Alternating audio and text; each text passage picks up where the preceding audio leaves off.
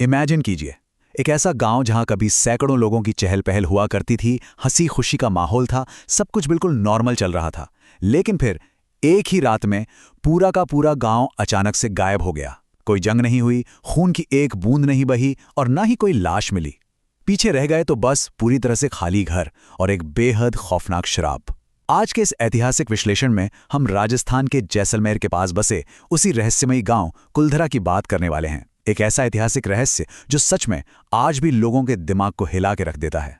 तो चलिए सीधे इस रहस्य की गहराई में उतरते हैं। कहा जाता है कि गांव छोड़ते छोड़ते उन लोगों ने एक ऐसा श्राप दिया था जिसकी गूंज आज भी उन खंडरों में महसूस की जाती है। उन्होंने कहा था, ये गांव कभी दोबारा नहीं बस पाएगा। अब देखिए, ये सिर्फ गुस्से में कही गई कोई रैंडम लाइन नहीं थी।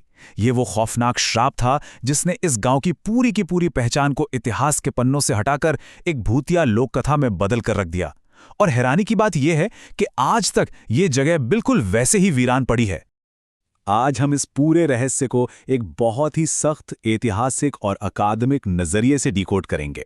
हम शुरुआत करेंगे कुलधरा के किंवदंती से, फिर बात करेंगे पालीवाल समुदाय के उस कमाल के आर्थिक चमत्कार की, सालिम सिंह के क्रूर शासन की, उस रात हुए उस भारी सामूहिक पलायन की, और आखिर में समझेंगे कि कैसे एक ऐतिहासिक आघात एक लोक कथा बन गया। भाग 1, कुलधरा की किंवदंती, एक विलुप्त गांव।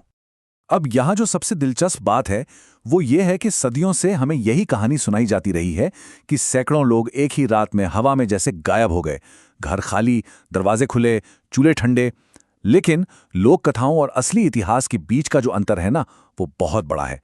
एक तरफ हमारे पास वो मिथ है जो कुलधरा को एक शापित भूतिया बंजर जमीन बताता है, लेकिन दूसरी तरफ ऐतिहासिक वास्तविकता हमें बताती है कि ये कोई श्रापित जगह नहीं थी, बल्कि एक बेहद एडवांस्ड और समृद्ध कृषि समाज था।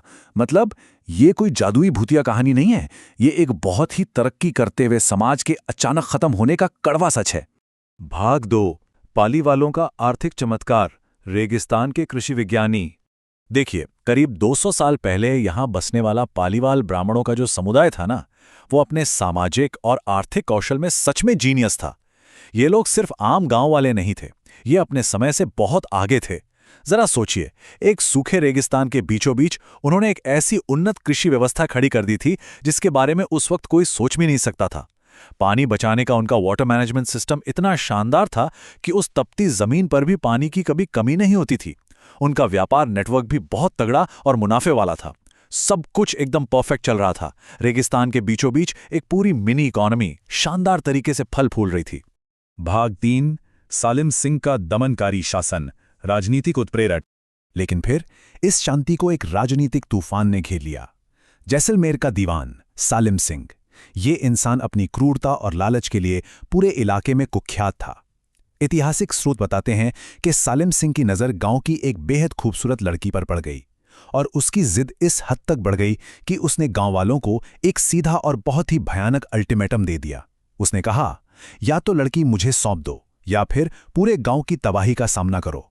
बस यहीं पर राज्य और जनता के बीच का वो कॉन्ट्रैक्ट पूरी तरह से टूट गया। एक पूरे के पूरे समाज को अपनी इज्जत और अपनी जान दोनों में से किसी एक को चुनना था। भाग 4, एक सामूहिक जनसांख्यिकीय बदलाव, मौन विरोध। तो यहाँ जो सबसे अहम बात है वो ये कि ये कोई जादुई गायब होना बिल्कुल नहीं था। 80 से भी ज्यादा गांव, जरा इस नंबर पर गौर कीजिए। ये कोई छोटा मोटा आंकड़ा नहीं है, ये इस पूरी ऐतिहासिक घटना की विशालता को दिखाता है। हथियार उठाने या कोई हिंसक क्रांति करने के बजाय उस रात कुलधरा और उसके आसपास के 80 से भी ज्यादा गांवों के लोगों ने एक खामोश विरोध दर्ज किया। उन्होंने अपनी पुश्तैनी जमीन, अपने घर हमेशा के लिए छोड़ने का फैसला किया। बिना किसी फोन, बिना किसी इंटरनेट के इतने बड़े पैमाने पर लोगों का एक साथ एक ही रात में एकजुट होना इतिहास का एक अविश्वसनीय कदम था। अगर हम उस ऐतिहासिक रात की टाइमलाइन को देखें तो सब कुछ बहुत तेजी से हुआ। रात होते ही दीवान के हमले का खतरा गहराने लगा। आधी रात तक पूरे समुदाय ने एक साथ मिलकर बहुत ही तेजी से ये भारी फैसला लिया और फिर भोर होने से ठीक पहले घने अंधेरे में बिना किसी शोर शराबे या खून खराबे के ये एकदम खामोश और समन्वित पलायन शुरू हो गया। अगली सुबह जब सूरज निकला ना तो पूरा गांव वीरान था। दरवाजे बस ऐसे ही खुले रह गए थे और चूल्हे ठंडे पड़े थे। बिना एक कतरा खून बहाए इतने हजारों लोगों का रातों रात एक साथ निकल जाना सच में लॉजिस्टिक्स का एक अकल्पनीय उदाहरण है।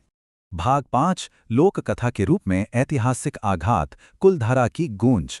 रातों रात अपना घर, अपनी जमीन, अपने पूरी जिंदगी पीछे छोड़ने का वो जो भारी आघात था, वो मौखिक कहानियों के जरिए पीढ़ियों तक बढ़ता गया और वक्त के साथ वही गहरा सामाजिक और राजनीतिक दर्द उस श्राप में बदल गया जिसे आज हम और आप जानते हैं।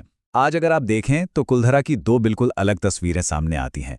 एक तरफ पैरानॉर्मल टूरिज्म है, जहां लोग अजीब आवाज़ों और कदमों की आहट महसूस करने का दावा करते हैं, लेकिन दूसरी तरफ अकादमिक वास्तविकता बहुत साफ है। ये एक मिथक बन चुका मौखिक इतिहास है। ये वीरान जगह किसी भूत का बसेरा नहीं है, बल्कि उस भारी आघात का एक मौन स्मारक है जो उन 80 से ज़्यादा गांवों के लोगों ने झेला था। तो अंत में सवाल वहीं आकर खड़ा हो जाता है, क्या कुलधरा का ये खौफनाक खालीपन सच में किसी पैरानॉर्मल श्राप का नतीजा है, या फिर ये एक बेहद दुखद ऐतिहासिक पलायन की वो गूंज है जिसे हमने भूतिया कहानी का नाम दे दिया?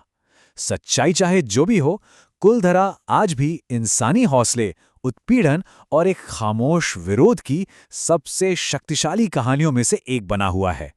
तो इतिहास की इस पूरी दर्दनाक सच्चाई को जानने के बाद क्या किसी में कुलधरा के उन वीरान खंडरों में एक रात बिताने की हिम्मत है? इस ऐतिहासिक विश्लेषण में हमारे साथ जुड़ने के लिए आपका बहुत बहुत धन्यवाद।